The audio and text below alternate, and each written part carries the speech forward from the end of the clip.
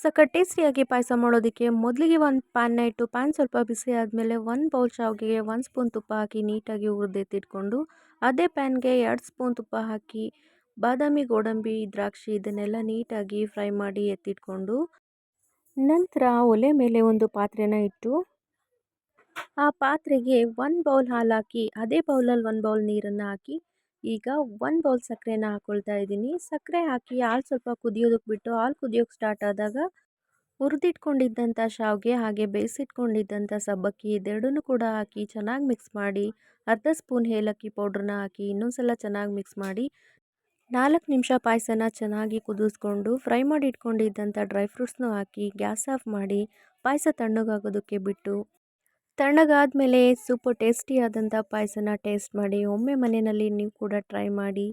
ಹಾಗೆ ಯೂಟ್ಯೂಬಲ್ಲಿ ಲಾಂಗ್ ವಿಡಿಯೋನ ಅಪ್ಲೋಡ್ ಮಾಡಿದ್ದೀನಿ, ಒಮ್ಮೆ ಚೆಕ್ ಮಾಡಿ. Thank you all.